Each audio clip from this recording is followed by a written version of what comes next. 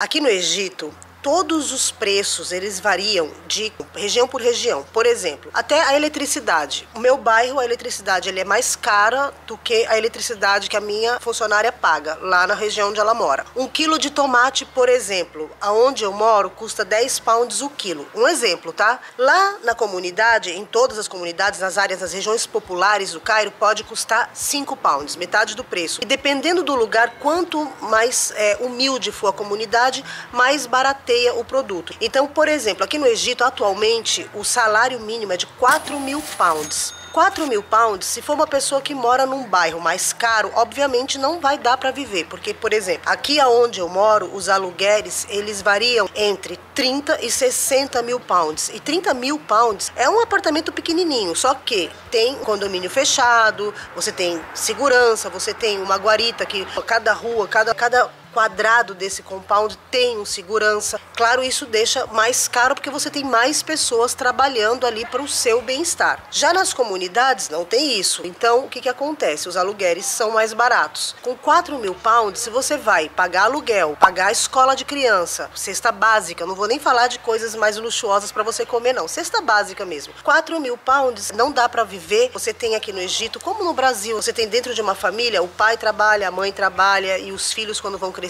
vão trabalhando também, todo mundo ajudando dentro de casa. Se for dessa forma, dá para você ter uma vida, um padrão de vida um pouco melhor, não passar necessidade. Até antes da pandemia, aqui no Egito, não tinha casos de pessoas que passavam fome, passavam necessidade a ponto de não ter o que comer dentro de casa. Sempre os egípcios, eles zelam muito pela fartura da mesa. Não só os egípcios, mas os árabes de uma forma geral. Quem conhece família árabe sabe, quando você vai numa casa de uma família árabe, por mais humilde que ela seja, sempre vai ter uma variedade de coisas na hora do almoço, na hora do jantar. Eles gostam de fazer isso. E as mulheres árabes, claro, gente, que tudo tem exceção. Que nem no vídeo que eu falei do homem xiita, veio um monte de mulher falando, mas meu marido, ele é xiita. Gente, tem exceção, você tá casada com exceção. Eu falo sempre aqui no canal, tudo tem exceção. Então, por exemplo, aqui neste caso também, tudo tem exceção. Mas a maioria das mulheres, o comum dela, porque elas são criadas, elas são programadas desde a barriga da mamãe delas, para elas gostarem de cozinhar, para elas gostarem de ser dona de casa. Elas são criadas para serem donas de casa. O que elas vão fazer a partir daí é outra coisa. Ela pode ser uma empresária, uma médica, mas sim, ela vai cuidar da casa, ela vai cuidar dos filhos, ela vai cuidar da roupa do marido dela. É assim que é, e elas gostam de fazer isso. Tem as exceções que não gostam, que não sabem cozinhar, tem, mas são raríssimas, tá? Então só pra você entender. Gostando de cozinhar, por exemplo, uma pessoa como a minha sogra. Até o momento que ela trabalhava, o que ela fazia? Ela acordava 3, 4 horas antes do horário que ela precisava acordar para começar a se aprontar para ir pro trabalho dela. Pra quem não sabe, a minha sogra, ela é atriz, agora ela se aposentou, mas quando ela trabalhava, eu já estava casada com o meu marido e eu via a rotina dela quando a gente às vezes dormia na casa dela, passar final de semana com ela, alguma coisa assim. Ela acorda 3, 4 horas antes do horário que ela precisa para começar a se arrumar, para sair no horário dela, para deixar a comida pronta, a casa arrumada, deixar tudo organizado para poder, quando ela sair, os filhos chegarem e comer. E isso, no caso aqui desse exemplo que eu tô dando da minha sogra, a casa dela já nem era mais para os filhos, porque os filhos já estavam criados, já tinham suas esposas, mas caso eles quisessem vir almoçar em casa, na casa dela, ter comida. Não era muito comum antigamente as pessoas pedirem de comida do aplicativo, pedir comida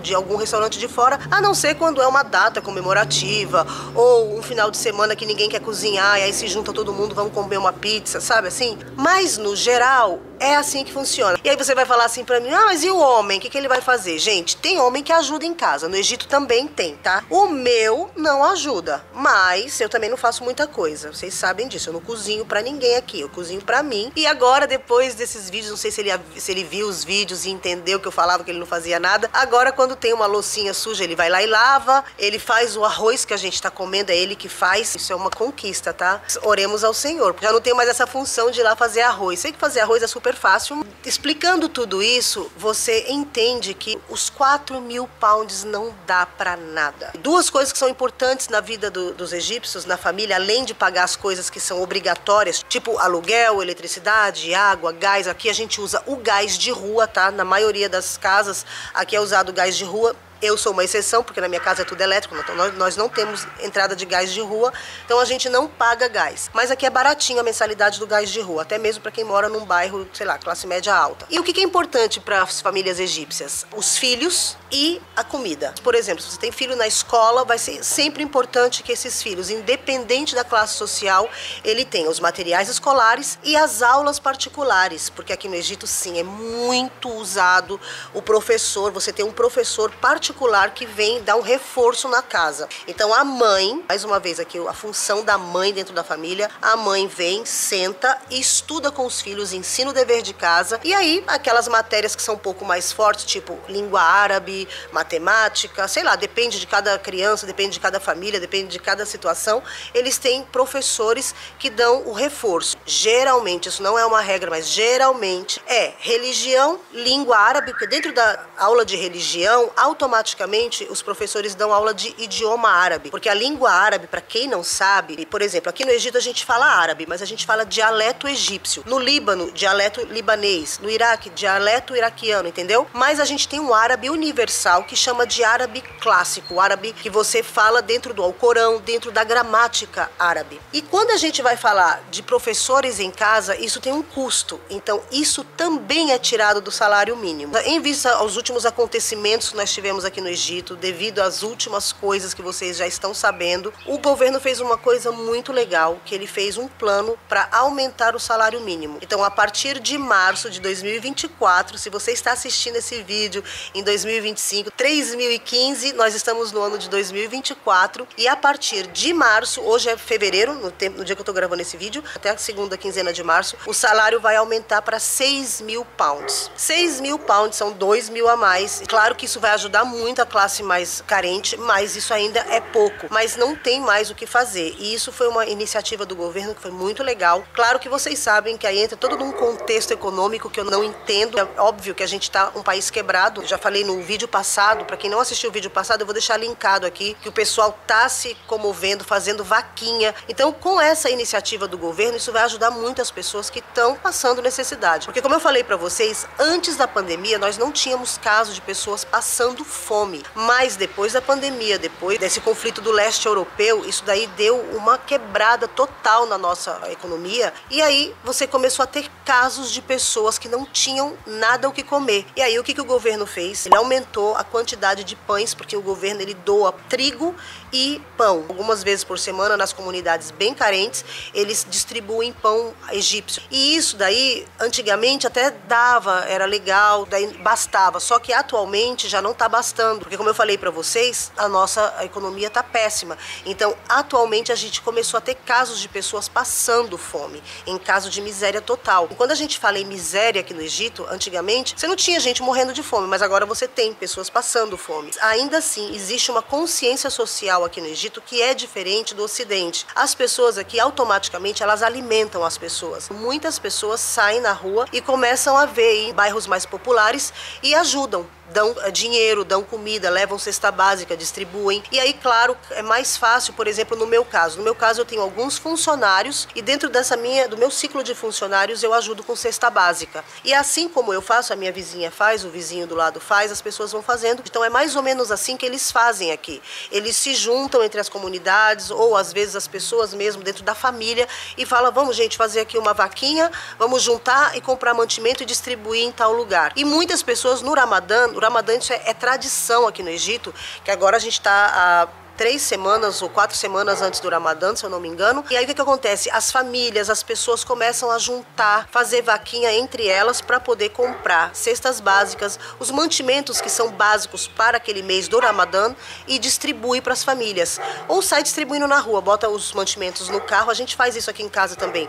A gente compra as caixas e a gente sai na rua e a gente vai vendo as pessoas que são os pedintes, né, as pessoas que estão ali em condição de rua, e a gente dá uma caixa de mantimento para eles. A gente faz o que a gente pode. Então, essa iniciativa do governo de aumentar o salário mínimo, isso vai ajudar muita gente, principalmente agora no mês de março. E por que o governo fez esse aumento agora no mês de março, logo no início? Porque no mês de março entra o Ramadã. E as pessoas agora, por causa da crise, a comunidade mais carente está se perguntando o que eu vou fazer no Ramadã. Para você entender o Ramadã ele é um mês do jejum. É o mês que os muçulmanos jejuam para louvar a Deus. E aí tem a quebra do jejum. A quebra do jejum, ele é muito simbólico, porque além de você ter ficado tantas horas lá sem comer, jejuando, você não toma água, você não come, você não faz nada, não bota nada na sua boca, a não ser orar a Deus, não pode falar palavrão, você tem que só orar a Deus e tudo que sai da sua boca tem que ser coisas do bem, entendeu? Então esse é o jejum, não é só comida e água não.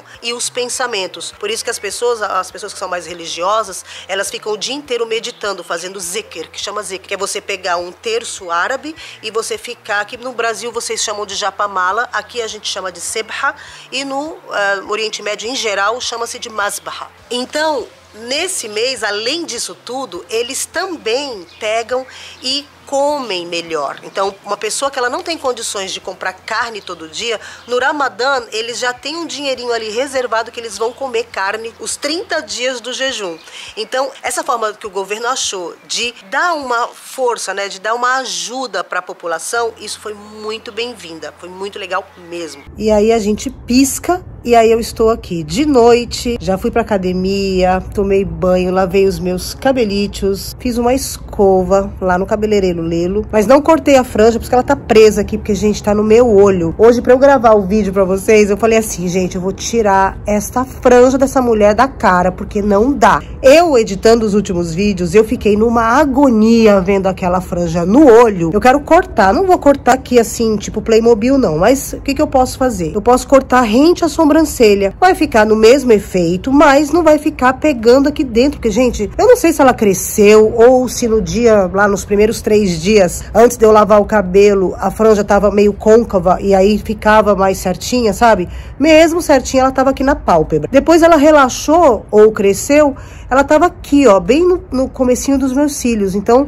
eu tinha que ficar toda hora fazendo assim, toda hora parando o vídeo, ou botando de lado, ou tirando do olho, enfim, vocês viram, né, nos últimos vídeos. Eu acho que assim como eu tenho gastura, você tem a mesma gastura, porque aqui a gente é tudo meio parecido, pensa igual, né? Babados, né? Babados. Vamos lá, agora que é o nosso momento de babado. Fui na academia. Cheguei na academia, fiz meu treino, falei com o personal, dali o personal começou a conversar comigo, eu tô olhando pra cá, eu tô olhando a Gina, que ela tá ali sentada, ó. Era só pra ela vir passear, ela tá sentada, podia sentar lá dentro, né? Mas o tempo tá gostoso, não tá tão frio hoje. Eles estavam conversando, aí meu personal veio falar pra mim assim, ai, porque olha, eu não sei como é que vai ficar a situação aqui no Egito, eu já tô meio preocupado.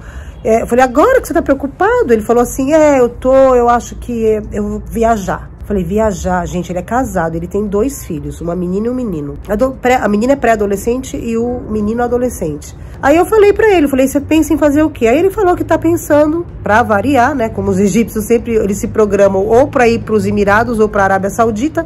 Ele falou que ele tá vendo aí pra ver se ele é contratado por uma grande academia na Arábia Saudita e ele vai trabalhar lá.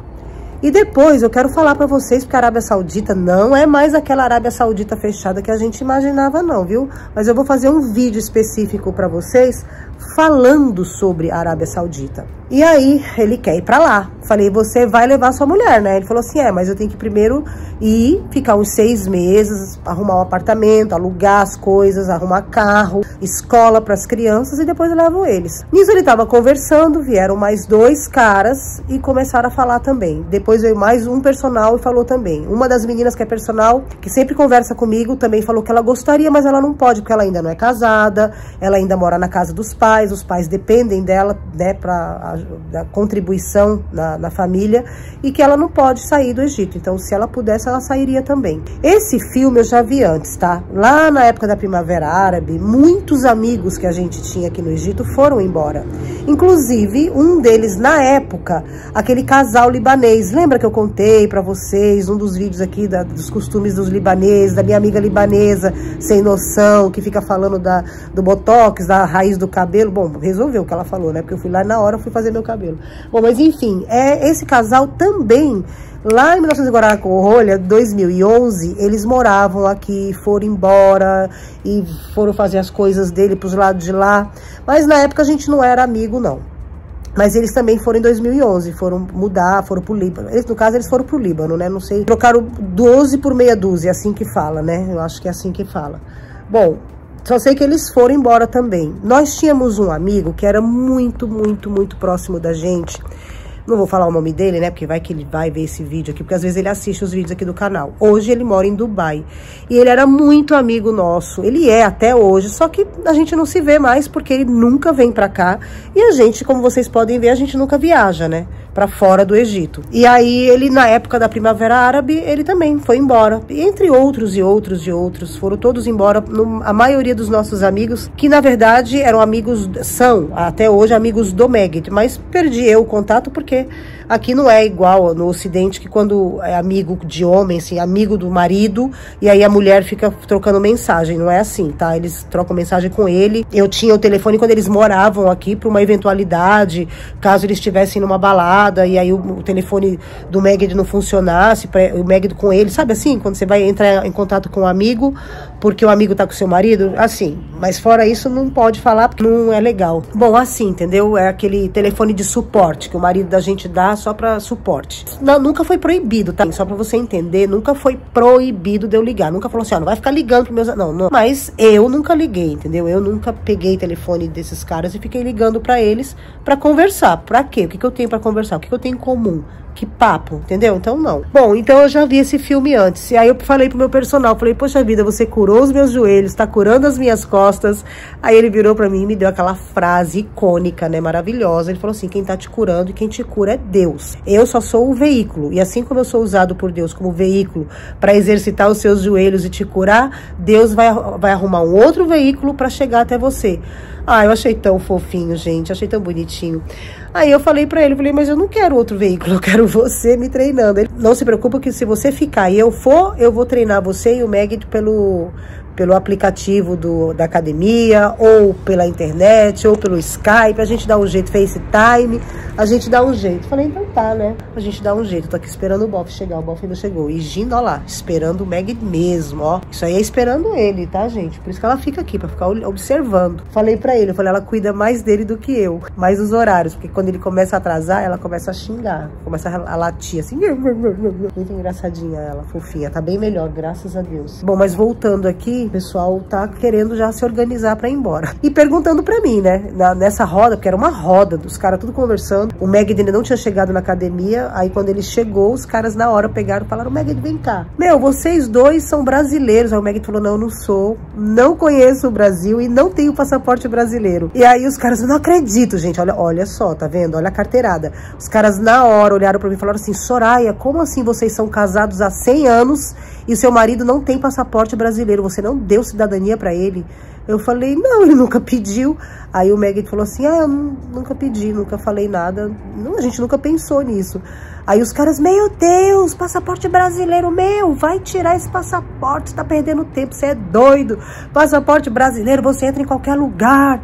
Aí os caras começaram a falar do passaporte brasileiro, né? Porque, gente, eu não sei se todo mundo sabe, mas o passaporte brasileiro, ele é um dos passaportes mais importantes do mundo. Por quê? Os caras que trabalham em Polícia Federal, os amigos dele que trabalham aqui na polícia, que eles falam também, todo mundo tira sarro porque ele é casado com uma brasileira por causa do passaporte. Porque o passaporte brasileiro, ele funciona para qualquer pessoa, qualquer etnia. Então, se você tem traços orientais de asiático, se você tem traços africanos, se você tem traços indianos, se você tem traços alemães, não importa qual é a sua etnia, o passaporte brasileiro funciona. E aí, nessa hora, né, nesse meio, nesse momento que a gente está passando, que os caras estão pensando em ir embora do Egito, por que eles vão para a Arábia Saudita? Porque lá é mais fácil de um egípcio entrar. Agora, se eles tivessem um passaporte brasileiro, eles iam para a Europa, eles iam para os Estados Unidos, né? Não sei se nos Estados Unidos é tão fácil de um brasileiro entrar. Mas eu tenho um visto para os Estados Unidos, então acho que não é tão difícil, né? Agora eu tô aqui criando coragem para tirar este reboco aqui que tá desde manhã. Meu Deus do céu, gente, olha... Eu adoro me maquiar, mas eu tenho uma preguiça de tirar a maquiagem. E como eu fiz o cabelo no salão, eu tomei banho daqui pra baixo, né? Com touquinha de plástico no cabelo. E não lavei o rosto com preguiça, porque a água tava quentinha e eu não gosto de lavar o rosto com água quente. Falei, vou tirar a maquiagem já, assim que eu sair do banho. Aí a Gina tava chorando, eu fui lá pra fora com ela. E agora eu tô aqui na preguiça pra tirar. Já tá tudo borrado, que eu já esqueci que eu tava de maquiagem, cocei o olho. Já são 1h30 da manhã e eu tô aqui ainda fritando o bolo aqui, sentada, pensando por onde eu começo. Se eu lavo a cara primeiro e depois vou tirando o excesso, ou se eu tiro o excesso e depois lavo a cara. Tô nesse pique aí. E outra coisa também que eu queria falar pra vocês. Olha, o vídeo de hoje foi cheio de conteúdo, né, gente? Então, várias coisas que vocês me perguntam bastante aqui nos comentários, lá pelo Instagram. Inclusive, me segue lá no Instagram, não esquece, tá? Eu deixei lá no comecinho do vídeo. E daqui na descrição desse vídeo, aí você vai lá e me segue. Eu sei que eu não sou muito ativa no Instagram, mas eu notifico vocês por lá. E tô indo aos poucos no meu tempo, na minha velocidade mínima aqui, pra poder ficar ativa no Instagram também. Mas já estou fazendo aqui alguns conteúdos pro Instagram, tô preparando as coisas, já sai. Eu tenho que criar amor pra fazer, tô aqui vendo, meu remédio acabou. Eu tenho que criar amor pelo Instagram. Eu tenho amor pelo YouTube, mas pelo Instagram eu não tenho muito amor, não. Aliás, zero amor. A Titi vem correndo, eu não posso nem abrir a porta, né, dona Titi? Pera aí, deixa eu mostrar ela pra vocês. Dona Titi, fala pro pessoal assim, gente, dá like e bota um gatinho de emoji pra saber quem chegou até aqui. Hein, tio? Tio quer sair. Tio tem um pitbull lá fora, tio. A Gina tá lá fora, Titi. Olha isso. Gente, então emoji de gatinho. Vamos dar um monte de emoji de gatinho aqui pra essa gatita linda. Bebe água, tio, que passa. A ansiedade passa, bebe água.